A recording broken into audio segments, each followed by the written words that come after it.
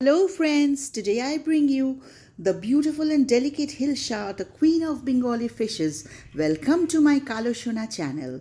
Yes, how beautiful it looks. This is Hilsa in mustard sauce or Shorshe ilish as all the Bengalis know it. Almost every Bengali has taken it or eaten it during some time in their life, especially during the rainy seasons. So without much ado, let's see how you can prepare this. This is done with very little spices and green chilies, as you can see.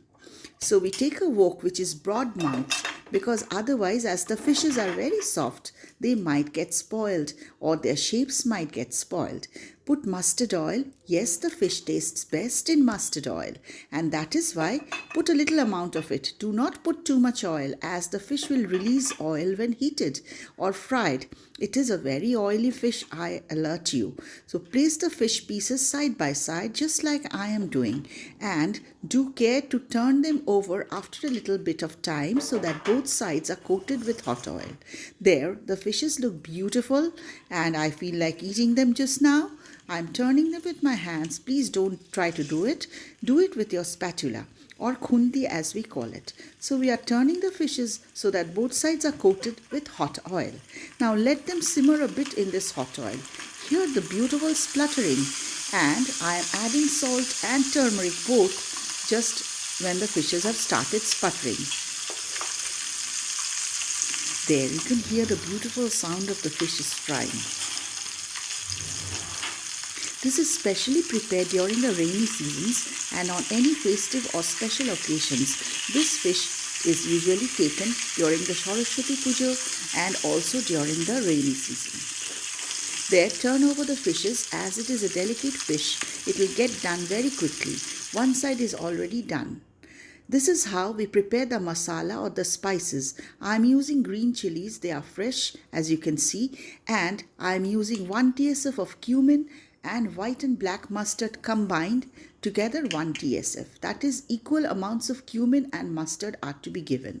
This is the only spice that we'll use excepting salt and turmeric. So crush them over in a mixie or with a shilnora as we are doing it. I am used to this, and it is supposed to impart a better taste to the fish. Add salt when you are crushing it and make a paste of it. Do not grind it too much, otherwise it will taste bitter. So the paste of spices is already prepared and we are taking it out in a separate bowl. Wash the shilnora with water to take out the rest of the spices also, like this. So our spices are done. Fishes are almost done on both sides. I have covered them and fried them so that both sides are equally done. Now take the masala and you have to strain the masala along with water. Make it thinner.